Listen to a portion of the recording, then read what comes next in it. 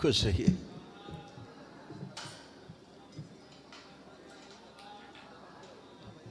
प्रभु के चरणों में कोटि कोटि प्रणाम। और प्रभु आपको कोटि कोटि प्रणाम के साथ साथ आपको कोटि कोटि धन्यवाद जो आपने और मेरे परिवार के लिए शुभ आशीष दिया, शुभ वचन दिए, जो कुछ भी आपने किया और सूक्ष्म कारण और स्थूल शरीर के लिए जो कुछ भी आप प्रयास किया है और आप कर रहे हैं और जो आशीर्वाद आपने दिया है उसके लिए आपको कोटि कोटि प्रणाम। आपके द्वारा की जा रही अनन्य सेवा, अनन्य भक्ति के भक्तों के लिए, वो उसके लिए भी मैं आपको कोटि कोटि प्रणाम करता हूँ। आपके अंदर विद्वान परम तत्व को प्रणाम करता हूँ। आपको कोटि कोटि प्रणाम। मुझे आप खुश रहिए। अलाउ करें तो मैं निर्भीक तरीके से कुछ बोल पाऊँ। हाँ हाँ बोलिए, बता सकते हैं। प्रभु कुछ जीवन चक्र में बहुत सी ऐसी चीजें होती हैं जो मैं कह नहीं सकता, आपको ज्ञात होगा। मैं चाहता हूं कि वो मुक्त हों और संसार के जीवन चक्र में मनुष्य योनि में पुनः व्यवस्थित होकर अपने को आगे चलाएं। मैं इससे ज्यादा उस वचन में कुछ बोल नहीं सकता। बिल्कुल क्षमा प्रार्थी हूँ, कृपया इसमें मुझे मार्गदर्शन करें। और मैंने स्थान बनाए हुए हैं और आपके मार्ग मैं जान गया कि मुझे क्या करना है, पूजन का विधि भी समझ गया हूँ, मगर आप मुझे बताएं क्या उनको मैं विसर्जन कर दूं, स्थानों को तोड़वा कर विसर्जन कर दूं और इनको मुक्ति प्रदान करके इनको स्थान दे मनुष्य योनि में। प्रभु ऐसी कृपा आप करें। पहली बात तो मेरी यही है, दो बातें और करूंगा इसके बाद। देखिए क्या होता है, जो हम कर रहे होते हैं जीवन में, किसी एनर्जी को हम इनवाइट करते हैं, उसका कोई दोष नहीं, वो तो आएगी। कभी कभी क्या होता है, जिस एनर्जी को इनवाइट करते हैं वो तो आती नहीं, कुछ दूसरा ही आ जाता है। उसके आने से भी रोग और कष्ट बढ़ते हैं धीरे धीरे, और वो कष्ट फिर असह्य कष्ट हो जाते हैं। शारीरिक, मानसिक, आर्थिक, सामाजिक, पारिवारिक, हर तरह से फैल जाता है वो। जब ऐसा दिखे तो समझ लीजिए कि हम ठीक एनर्जी को इनवाइट नहीं कर रहे हैं। ठीक है, निश्चित रूप से कहीं न कहीं ये जितनी भी एनर्जी हैं, हमने जो देखा है, जो दरबार का सारी एनर्जी शाश्वत है, कोई बुरी नहीं है। एनर्जी तो एनर्जी है, बिजली आ रही, इसमें क्या बुरा है। हम इसको ठंडा गर्म बनाते हैं, हीटर बना लें, एसी चला लें। Energy gets converted in one form to another, that's all, that is conservation. बिल्कुल। तो हमारी जैसी इच्छा, विचार, आशाएं हैं, हम उसके अनुसार एनर्जी को कन्वर्ट कर लेते हैं। बदनाम एनर्जी होती है, फिर वो एक एनर्जी एक रूप में बदल जाती है जब, तो फिर वो वैसे ही बनी रहती है और फिर वो वैसा ही काम करती रहेगी। अब उसको हम बोलते हैं नकारात्मक। तो ये जो एनर्जी नकारात्मक है, ये मनुष्य की बनाई हुई है, एक तरीका। दूसरा, सृष्टि में नकारात्मक और सकारात्मक का बैलेंस है ही। नकारात्मक नहीं रहेगी तो सकारात्मक हो नहीं सकता आदमी। सकारात्मक आदमी है, उसके पीछे ये प्रमाण है कि नकारात्मकता है। क्योंकि कर्म भोग कटेंगे कैसे, विध्वंस होगा कैसे? विध्वंस होगा नहीं तो सृजन हो नहीं सकता। सत्य के साथ असत्य, पाप के साथ पुण्य, अधर्म के साथ अधर्म दिखता है। उसको हमने अपने अनुसार मान लिया है कि ये पाप है, ये पुण्य हमारे अनुकूल नहीं है, हम उसे पाप मान लेते हैं, हमारे अनुकूल है उसे पुण्य मान लेते हैं। इतनी बात है। और सबकी मान्यता अलग अलग है। तो मान्यता से जो चीज़ मानी जाए वो कन्फ्यूजन है। जाना जाए, जब हम जान जाते हैं चीज़ों को, तो फिर ना पाप दिखता है ना पुण्य दिखता है, दोनों तिरोहित हो जाते हैं। पाप पुण्य का कोई माने बचता नहीं है, एक वही शेष रहता है, वो भी नहीं बचता है। वो भी नहीं बचता। तो स्थिति ये बनती है धीरे धीरे कि जो हम शुरुआत करते हैं चीज़ों से, जो है महसूस करते हैं, वहाँ से वहाँ पहुँच जाते हैं जहाँ महसूस होना ही बंद हो जाता है। ठीक है, जैसे अभी आपको इत्र लगाया जाए, अभी आपको महसूस होगा, 1 घंटे बाद आपको इत्र महसूस नहीं हो। दूसरे लोग कहेंगे अच्छा गुलाब लगाया है क्या, जी, आपको नहीं महसूस होगा। आप रम गए, आप वही हो गए, आप इत्र ही बन गए आप। तो वो भी जब चला जाए, नहीं बचे कुछ भी, तो आप कुछ भी नहीं बचे, मतलब हम भी कह रहे हैं शब्दों में, ये भी निरर्थक है। कुल मिला के इस सृष्टि में शेष कुछ है नहीं। अखंड ब्रह्मांड में प्रभु शेष है नहीं। जब तक शेष दिखे तब तक सृष्टि है, तब तक भ्रम है। मैं क्षमा के साथ एक बात पूछूं प्रभु, परम तत्व की हम बात करते हैं, भगवान भोलेनाथ और माई की वार्ता में भी एक जिक्र आता है जिसे गुरु गीता के नाम से लोग जानते हैं, रहता भी है। अगर आप अलाउ करें तो बोलूं। बिल्कुल। कि उन्होंने कहा है कि परम तत्व का बोध, जो जिस साधना में, जिस बोध में, जिसके तत्व में रहते हैं, परम तत्व शेष रहता है, वही परम तत्व है। उसी में विलीन होना, उसी में साधना करना, उसके ही साधन करने के लिए योनि मिली है।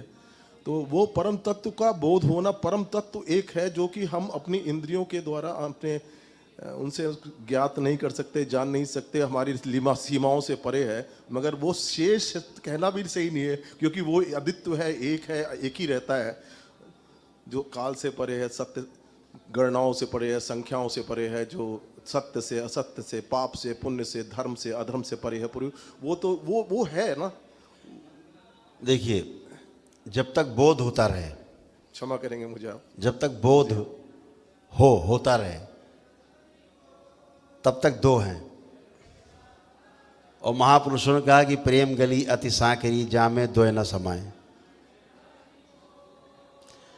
बुद्धि से बोध है, ऋतंबरा है वहां पर। उसकी क्रिया जो है, एक है क्रिया और एक है स्थिर, यानी एक गति में है, एक स्थिर है, एक डायनेमिक है, एक स्टैटिक्स है। तो एक ऋतंबरा है, उसकी जो एक है परावर्तन, दूसरा है प्रत्यावर्तन। तो एक है बुद्धि से बोध, बुद्धि में बोध होना, और ऋतंबरा का होना। ये दो चीजें, एक क्रिया है, दूसरी गति है, स्थिरता है। जहां अनुभव आता है वो आत्मा का विषय है, ये उससे ऊपर की बात है। तो सूचना के रूप में जहां तक बोध है वहां तक सूचनाओं का आदान प्रदान होगा। अनुभव का आदान प्रदान आत्मा के स्तर पर अंदर अंदर होता है, उसमें बोलना नहीं पड़ता है।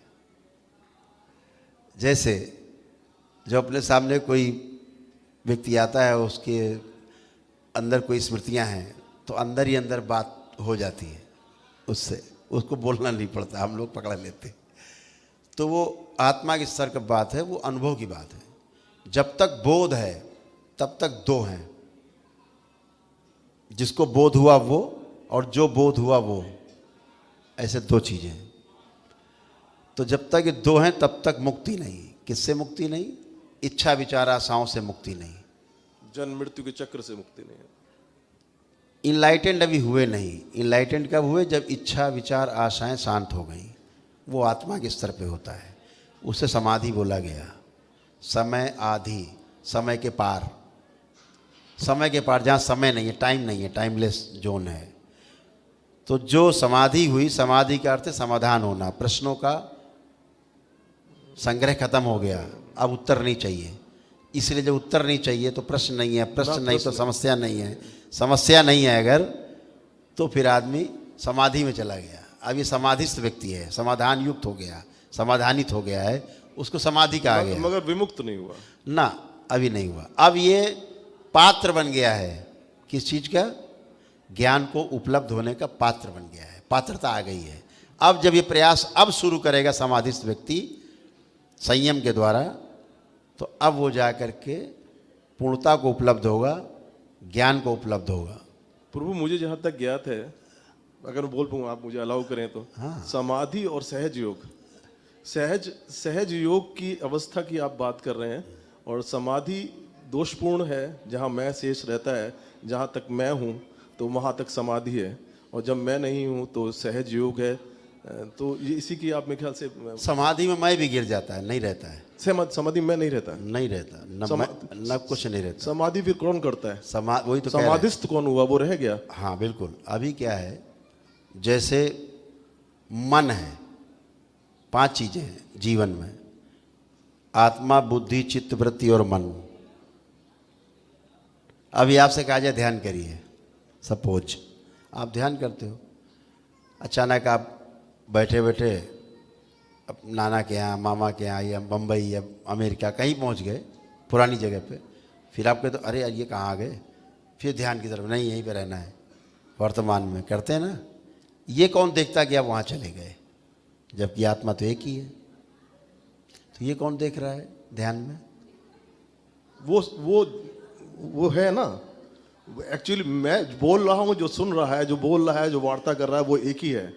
और जो दर्शन कर रहा है, जो उस अवस्था में होता है, श्रीमद् भगवत गीता में लिखा है, प्रभु उन्होंने, अर्जुन ने पूछा था कि वो प्रभु मेरा मन बार बार भटकता है, दौड़ता है, वो अपने को एकाग्र नहीं कर पाता। तो उन्होंने 2 उपाय बताए थे कि तू यही मैं अभ्यास और ध्यान, अभ्यास और वैराग्य, यही मैं कहना चाह रहा अभ्यास हूँ। और वैराग्य 2 साधन बताए। नहीं, यही मैं कहना चाह रहा हूँ कि जब अर्जुन ये बात कह रहे हैं कि मेरा मन बार बार भागता है, ये कौन देख रहा मन भाग रहा है? ये मन तो एक ही है, जी हाँ। जीवन एक, तो भाग कौन रहा है ये और देख कौन रहा है? उसने स्वयं को मान रखा है ना, मैं हूं। मैं बताता हूँ। जीवन के 5 हिस्से हैं। आत्मा एक वस्तु है जिसे कहा गया कि वो कभी नष्ट नहीं होती। इस पे कभी आगे चर्चा करेंगे 2024 के बाद, जब 25 आएगा, कि आत्मा नष्ट होती कि नहीं होती है। अभी कहेंगे तो अतिशयोक्त होगा। अभी इतनी बात करते हैं केवल कि मान लेते हैं अभी ग्रंथों के अनुसार कि आत्मा नष्ट नहीं होती, अजर अमर है। एक लाइन में कह दें कि अजर अमर नहीं है। इस पे 2025 में चर्चा होगी कि अजर अमर है कि नहीं। ये विषय विवादित विषय है। बुद्ध को इसीलिए लठिया, यहाँ के ब्राह्मणों ने लठिया के भगाया, क्योंकि उन्होंने कहा कि नहीं, आत्मा जैसी कोई वस्तु नहीं है। प्रभु मैं अपनी बात पूरी कर लूँ। तो इस पर चर्चा 2025 के बाद होगी। जो दरबार का लक्ष्य है, जिसके लिए दरबार का जन्म हुआ, वो बातें 2025 में होंगी। अभी तो ये सब चल रहा है, मानवता करा रही है, तो ठीक है, ऐसा बन जाए इस देश में 10-20 हज़ार, 25 हज़ार, लाख, 2 लाख लोग ऐसे बन जाएं मेरी तरह से, जो लोगों का कल्याण कर सकें। ये हो जाए, है ना, जगह जगह फैल जाएं, तो सारी नाटक नौटंकी करने वाले लोग, जादू टोना टोटका वाले लोग गायब हो जाएं और आदमी स्वस्थ हो सके, बच्चे स्वयं अपने को परिवार में स्वस्थ कर सके सबको। ठीक है, तो ये चर्चा बाद में होगी, आत्मा अजर अमर है कि नहीं है। अभी मान लेते हैं कि है। ठीक, तो आत्मा, बुद्धि, चित्त, वृत्ति और मन, 5 मिलके इसको जीवन कहा गया। तो जब आप ध्यान करते हैं तो मन को आपका मन भागता है। कहाँ भागता है? इधर उधर भागता है, नहीं भागता। तो इस पे दृष्टि कौन रखता है? इस पे दृष्टि रखने वाले का नाम है वृत्ति। क्या नाम है? वृत्ति, जिसको बोलते हैं आप बाद में पुनरावृत्ति। तो वृत्ति की दृष्टि उस पर रहती है, मन के ऊपर। मन भागता है तो वृत्ति देखती है किधर गया, इधर। क्यों? उसके अंदर विश्लेषण और तुलन की शक्ति है, तुलनात्मक, सापेक्ष, तुलनात्मक अध्ययन करने की शक्ति है वृत्ति में। सापेक्ष है, तुलनात्मक अध्ययन करने की शक्ति उसके अंदर है। अगर वो प्रिय हित लाभ के अनुसार दृष्टि है उसकी, तो भोग की दृष्टि है। अगर न्याय धर्म और सत्य की दृष्टि है तुलन की, तो वो योग की दृष्टि है। 10 क्रियाओं में जीना कहा गया उसे। तो अभी हम 4.5 क्रियाओं में जीते हैं, संवेदनाओं के आधार पे, शरीर मान के अपने को जीते हैं। जिस दिन जीवन को और शरीर को दोनों को समझ के जीने लगेंगे, वो 10 क्रियाएं हैं जो जीना है। तो वृत्ति का नियंत्रण मन के ऊपर है। देख लेता अमेरिका गया, वहाँ कहाँ गया, लौट के आओ, तो फिर ध्यान करने लगते हैं, फिर आ जाते हैं, फिर कहीं पहुँच गए, ध्यान करते करते फिर वृत्ति देखती कहाँ चले गए, फिर लौट के आ जाते हैं। वृत्ति के ऊपर नियंत्रण किसका है? तो चित्त का है, चित्त का नियंत्रण है। ठीक, चित्त के ऊपर नियंत्रण बुद्धि का है, बुद्धि के ऊपर नियंत्रण आत्मा का है। आत्मा का। ऐसे सृष्टि में साइकिल बना हुआ है। तो बहुत चर्चा करना चाहते हैं, आगे करेंगे। श्रीमद् भगवत गीता के दूसरे अध्याय में भी जो आत्मा का वर्णन लिखा है, वो सब परमात्मा का है। उसमें अटल भी कहा है और अजन्मा है, उसको भी अजन्मा कहा है आत्मा को। खैर प्रभु, मैं आपको गीता में भगवान श्री कृष्ण ने एक बात बहुत स्पष्ट कर दी है। वो साफ साफ कह रहे हैं, मैं शरीर नहीं, मैं आत्मा हूँ। क्षेत्रज्ञ और ज्ञान 3 शब्द कहे हैं 13वें अध्याय। मैं शरीर नहीं, मैं आत्मा हूँ। सीधी बात, एक लाइन की बात है। जी। और उसके बाद भी हम उनकी भगवान पकड़ के टांग पकड़ लेते हैं उनकी, श्री कृष्ण की। वो कह रहे हैं मैं शरीर नहीं, मैं आत्मा हूँ। बस ये कॉन्सेप्ट है, इसी पे सवार हो जाइए और पार हो जाइए। बिल्कुल सही कहा प्रभु आपने। और दुर्भाग्य ये बाकी इसी का विस्तार है गीता। दुर्भाग्य ये है कि बड़े बड़े जो कई देशों में अपने अपने संस्थान चला रहे हैं, अगर उनकी श्रीमद् भगवद गीता की व्याख्या को सुनेंगे तो वो साकार रूप में पूजन के लिए कहते हैं 18वें अध्याय में, मन मना मत भक्तो मगाजी मामो नमस्कुरु मामे वैश्यम सत्यम ते प्रतिजाने प्रियोसी में वो कहते हैं साकार रूप में बंसीधारी मुरलीधारी के शरण में आ जा, मैं तुझे उससे मुक्त कर दूंगा। तो वो भी साकार की वर्णन किया उन्होंने, निराकार तत्व का वर्णन भी नहीं किया है। आपको कोटि कोटि प्रणाम प्रभु, आपने मेरी भगवान श्री कृष्ण से अंतिम में अर्जुन पूछते हैं कि हे प्रभु, मैं कैसे ज्ञान को उपलब्ध होऊंगा, मैं कैसे सब समझूंगा चीजों। तो भगवान श्री कृष्ण ने कहा कि हे अर्जुन, जितना तूने आज तक सुना है, जितना अध्ययन किया है, गुरु मुख से सुना है, सब समझा जाना है, सब भूल जा। वर्तमान में रहे, सब भूल जा और छोटा बच्चा बन जा, जहां से जानना शुरू किया था, और मेरी शरण में आ, ज्ञान को उपलब्ध हो जाएगा। मैं प्रभु आपको एक वीडियो देख के जिसमें सबसे ज्यादा प्रभावित हुआ था, जिसमें आपने कहा वर्तमान में ही रहे और वर्तमान में ही करने का साधन आपने दिया था। उससे मैं चमत्कार यही चमत्कार है, क्योंकि कोई किसी को स्थिर भी कर सकता है, यही स्थिर होना होता है, यही तुरी अवस्था होती है, कोई किसी को स्थिर कर सकता है। मैं इसलिए आपको कोटि कोटि प्रणाम करता हूँ। अब जैसे ये दरबार है, जी है, जैसे अभी आपका अपने भूतकाल दरबार ने पीछे का भूतकाल आपका विजुलाइजेशन बंद कर रखा है।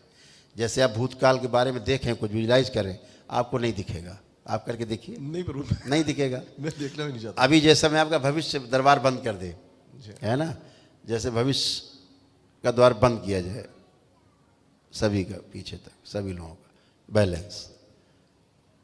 आँख खोलिए, अब आँख बंद कर देखिए, भविष्य के बारे में देखिए, कुछ दिखता है? कुछ कल्पना करिए, भविष्य के बारे में विजुलाइज करिए, चिंतन करूँ, चिंता करूँ, भविष्य के कुछ भी विजुलाइज करिए, कुछ नहीं दिखेगा। तो अब आप भविष्य के विजुलाइजेशन से भी बाहर आ गए, भूतकाल से भी पीछे हट गए, भविष्य से भी हट गए, अब वर्तमान में है। अब जब आंख बंद करके आप ध्यान करेंगे, अब करिए, कोई भी एक जगह एक बिंदु पे आ जाइए, एक ही किसी निराकार का साधन किसी में आ जाएं, आप देखिए वहाँ स्थिर हो जाएंगे। अब ना भविष्य में उड़ेंगे और ना भूतकाल में जाएंगे। करिए करिए, 1 मिनट करिए।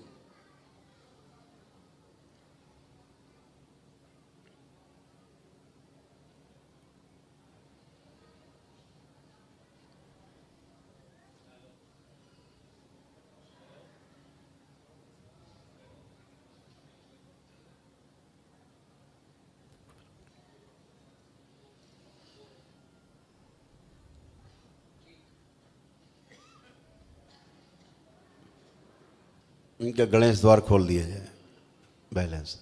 कहीं गए नहीं, ना भविष्य में कहीं गए, निर्विचार निरिच्छा निरसंकल्प अवस्था में मैं था। ठीक है, ना भूतकाल में गए। यही पूर्ण गुरु पहले करते थे।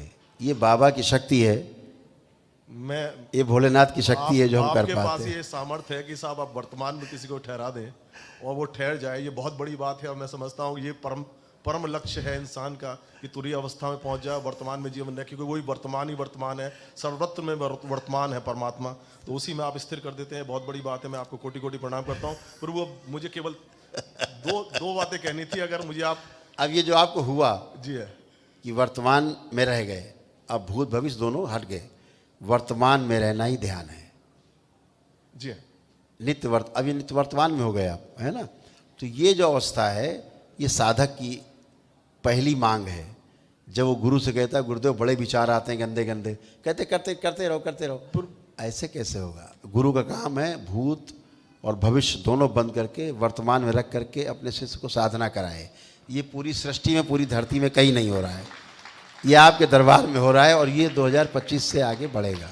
प्रभु मैं एक छोटी सी अपनी अवस्था के बारे में पूछना चाहता हूँ। आप बता देंगे क्योंकि त्रिकालदर्शी हैं। जी नहीं, मैं जब निर्विचार निरसंकल्प निरिच्छा की अवस्था में होता हूँ, वैराग्य की पूर्ण अवस्था में होता हूँ, तो पिछले 18 साल से, कुछ साल से, 8-10 साल से बिल्कुल शरीर का बोध नहीं होता, निर्बोध अवस्था में पहुँच जाता हूँ स्वतः ही।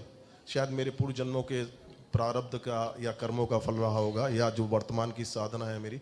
तो मैं उस अवस्था को जानना चाहता हूँ कि ये सही है या मुझे भ्रम है। नहीं नहीं, ये भ्रम नहीं है।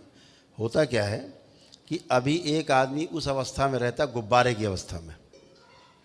मैं शरीर में होता ही नहीं, मुझे महसूस ही एक नहीं गुब्बारा है, होता। और वापस लाना पड़ता है मुझको। हाँ, हवा भर गई और गुब्बारा कहीं भी उड़ता है हवा में, लेकिन हवा में उड़ता, ज़मीन से ऊपर है वो, सब नहीं जा रहे हैं ज़मीन में, लेकिन गुब्बारा जा रहा है, हाइड्रोजन गैस भरी हुई है, ऊपर उड़ रहा है, लेकिन जिधर हवा चलेगी उधर जाएगा। एक ही अवस्था है।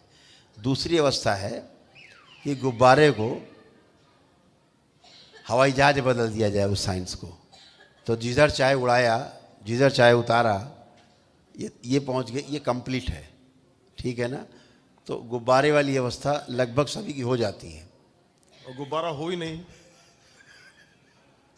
तो धीरे धीरे धीरे धीरे चलता आदमी, वो इनोवेशन चाहता उधरी है, इन्वेंशन है, जाता उसी तरफ है, हवाई जहाज बनने की तरफ। जब तक जैसे बाबा जैसे पूर्ण गुरु नहीं मिलते तब तक आदमी भटकाव रहता है, बाकी तो फिर रास्ता मिलता ही मिलता है। मेरी वो अवस्था जो बनती है वो सही है, सत्य है। सब बाबा से दीक्षा लेंगे, आप आगे बढ़ेंगे, सब अच्छा होगा। प्रभु, दो बातें मुझे सांसारिक बातें करनी थी, अगर मुझे आप अलाउ कर दें। बताएं बताएं। क्षमा करें आप मुझे। मैं पहले ही आपसे अब सबसे क्षमा मांगता हूँ, मुझे क्षमा करेंगे। आपका समय कीमती है, बहुत बेहद कीमती है, मगर जिज्ञासापूर्ण थी। आप जैसे जब कोई एक आध लोग आ जाते हैं तो उनसे चर्चा के बाद क्या होता है, कुछ लोग जो ज्ञान पिपासु रहते हैं ना, उनको भी कुछ प्रसाद मिल जाता है। प्रभु, मैंने आपसे कहा कि जो मैं जो कह नहीं सकता, जो वर्णन नहीं कर सकता, कृपया उसको आप चिंतन करके सोच के मुझे बताएं और मुक्ति के साधन उनको कर दें। सृष्टि चक्र में, जन्म मृत्यु के चक्र में मनुष्य योनि में चले जाएं, और क्या मैं उन स्थानों को विसर्जित कर दूं, क्या करूं? हाँ। मेरे लिए मार्गदर्शन कर दें इसके लिए। बिल्कुल करना चाहिए विसर्जन, उनको धन्यवाद करते हुए विसर्जन करना तो चाहिए। पितरों जब का- हाई स्कूल जी हाँ। में बच्चा पहुंच जाता है तो प्राइमरी स्कूल छोड़ना पड़ता है ना, जूनियर हाई स्कूल छोड़ना पड़ता है। ये नहीं कि हम डिग्री कॉलेज पहुंच गए फिर भी अपना हम प्राइमरी स्कूल पकड़े रहने, हम तो यहीं बैठेंगे, यहीं पढ़ेंगे, यही नियम है। मोह तो क्या उनकी छूटना है। मुक्ति हो के क्या वो मोह से मुक्ति नहीं होगी। उनकी मुक्ति और ये प्रभु, मोह मुझे दो, 1 मिनट का समय दे दे, मैं अकेले में बोल दूं बस। नहीं नहीं, दोनों तरफ मोह रहता है। मोह से मुक्ति नहीं तो फिर मुक्ति नहीं। तो कैसे होगा प्रभु? यही तो। अब आप एक काम करें, एक बाल्टी जल में थोड़ी भस्म डालें और उन स्थानों को नहला दें, पवित्र कर दें, हरिहर हो जाएगा। उसके बाद बस हो गया, फिनिश हो गया, हम कुछ बचे ही नहीं। फाइन। दूसरा, मेरी बेटी MBBS की PG की तैयारी कर रही है। प्रभु, मैं चाहता हूँ आगरा के SN मेडिकल कॉलेज में उस गायनेकोलॉजिस्ट बन जाए और उसकी शादी हो जाए। बाधा बहुत आ रही है, 28-29 साल उम्र हो रही है, मेरी सीमाओं से परे है, मुझे मदद करें। अब सब खुल गए हैं रास्ते, अब केवल बाबा माँ से प्रार्थना करनी है। प्रार्थना मैंने कर लिया। बस ऐसे रास्ते खुले आपका आशीर्वाद, आपका स्नेह, आपका बिल्कुल अपना सदैव प्रिय, सदैव साथ है बाबा माँ का आशीर्वाद। खुश रहिए, प्रसन्न रहिए, स्वस्थ रहिए।